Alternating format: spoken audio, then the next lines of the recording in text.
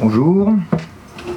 Donc, moi je suis donc Alain Cronenberger, je suis président du Cercle Athlétique de Montrouge, et puis je fais partie du bureau du comité des Hauts-de-Seine, où on m'a gentiment demandé de me préoccuper un petit peu de formation professionnelle, sachant que comme avant je travaillais longtemps à la Ligue des Hauts-de-Seine, mais après à la Fédé de tennis, je travaillais à la DTN dans le département formation des enseignants de tennis. Et donc j'ai un petit peu œuvré dans le domaine de la formation. Alors on va essayer de reprendre certains éléments. Il y en a beaucoup que vous connaissez parce qu'il y a eu pas mal de mails, de courriers du comité. On va reprendre certains points de manière à y voir très clair sur les implications pour les clubs des évolutions de la formation professionnelle et puis effectivement les démarches qu'on doit faire, que vous avez sûrement entamées, mais qu'il est peut-être utile de rappeler.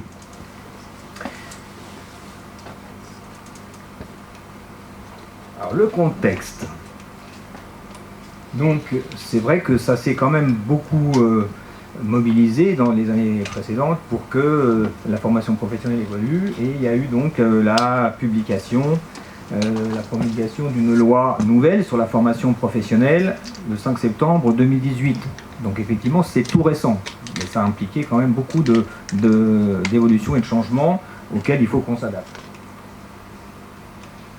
Alors ce qui est important de savoir, c'est que on est passé donc de l'OPCA que vous connaissez, donc organisme paritaire collecteur agréé uniformation, à ce qu'on a appelé tout à l'heure, Manu l'a cité, OPCO, opérateur de compétences.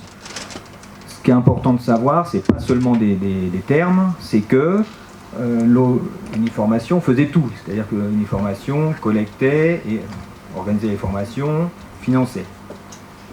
Il va y avoir une organisation différente avec l'OPCO l'OPCO va être consacré en tant qu'organisme qui va organiser les formations et les remboursements. Par contre, la collecte, vous allez voir, c'est différemment organisé. Donc, vous savez que ça se décide au sein de la branche professionnelle du sport. La branche professionnelle, c'est les partenaires sociaux, les représentants des employeurs du sport, le Cosmos, et les représentants des salariés du sport. Et donc, ils ont proposé de passer de l'uniformation à l'AFDAS, donc qui est une institution qui était l'ancien OPCA, pour ne pas me tromper, je vais vous le dire, de la culture et des médias. Donc un domaine beaucoup plus vaste et peut-être plus de capacité à la fois financière pour gérer les problèmes de formation. Donc ça a été validé par le ministère du Travail le 1er avril 2019, donc c'est récent. Alors, vous avez sûrement, suite aux courriers qui ont été envoyés par le comité, vous avez sûrement fait cette première démarche qui est indispensable à faire, c'est d'aller sur le site de l'AFDAS et puis d'affilier votre club de manière à obtenir un code d'accès et de pouvoir naviguer sur le compte, sur le site internet, tout se fait sur internet. Vous nous direz aussi, peut-être off, si vous avez pu faire ça, si vous avez été interpellé, et si, en tout cas, sinon, il faut le faire.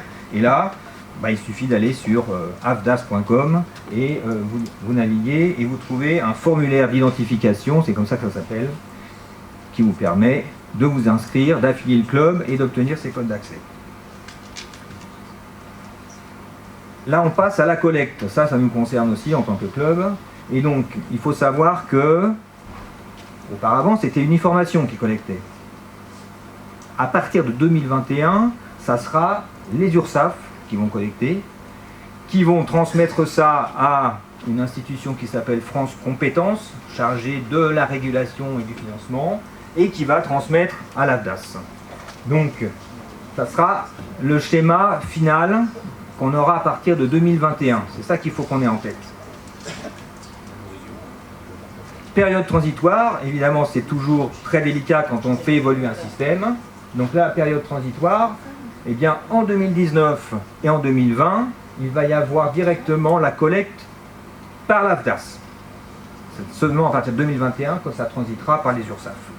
Donc sur ce schéma, vous voyez, 2019-2020, on passe directement la collecte par l'AFDAS. On a mis URSSAF et France Compétences, on l'a gardé, mais c'est pour l'instant pas le cheminement. important de savoir que, parce que ça aussi, ça nous concerne, tous les clubs au niveau des financements, les cotisations de formation professionnelle vont être collectées différemment selon que les clubs ont plus de 11 salariés en équivalent temps plein, ETP, ou moins de 11 salariés en équivalent temps plein. Et donc l'appel de cotisation va être fait pour les clubs qui ont plus de 11 salariés en équivalent temps plein le 15 septembre 2019. Donc peut-être que parmi vous, ça sera intéressant de le savoir aussi, est-ce qu'il y a beaucoup de clubs dans la salle qui ont plus de 11 salariés en équivalent temps plein? Le comité, bon, ça fait que quelques clubs, et donc vous avez dû, je pense, mais vous nous le direz, est-ce que cette date a été respectée du 15 septembre? Est-ce que vous avez été sollicité? Donc Philippe acquiesce pour le TCBB, le comité, le RAC peut-être, TCIM aussi, et l'ATL aussi.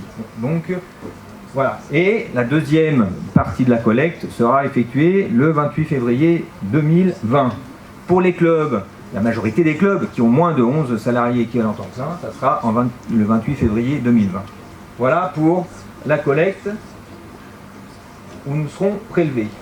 Maintenant, les formations et les dossiers de demande de financement. Alors ça, c'est extrêmement important parce qu'il y a une évolution, puisqu'il y a une distinction entre les actions collectives, j'affiche déjà tout ça, comme ça vous pourrez regarder, et les actions individuelles. Vous vous rappelez qu'une des principales formations, c'était le CQP AMT pour les clubs, et donc il fallait que l'on monte un dossier, que l'on verse le chèque au comité, ou à la Ligue à l'époque, qui ne l'encaissait que quand on était remboursé. Enfin, c'était un cheminement assez compliqué.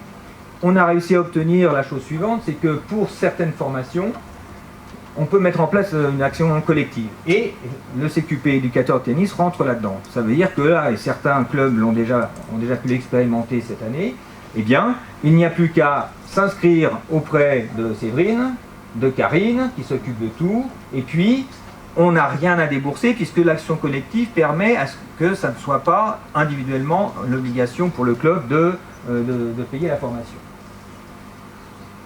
Et puis à côté de ça, les actions individuelles, c'est les actions qu'on connaît, c'est un petit peu le même mode qu'avec une formation.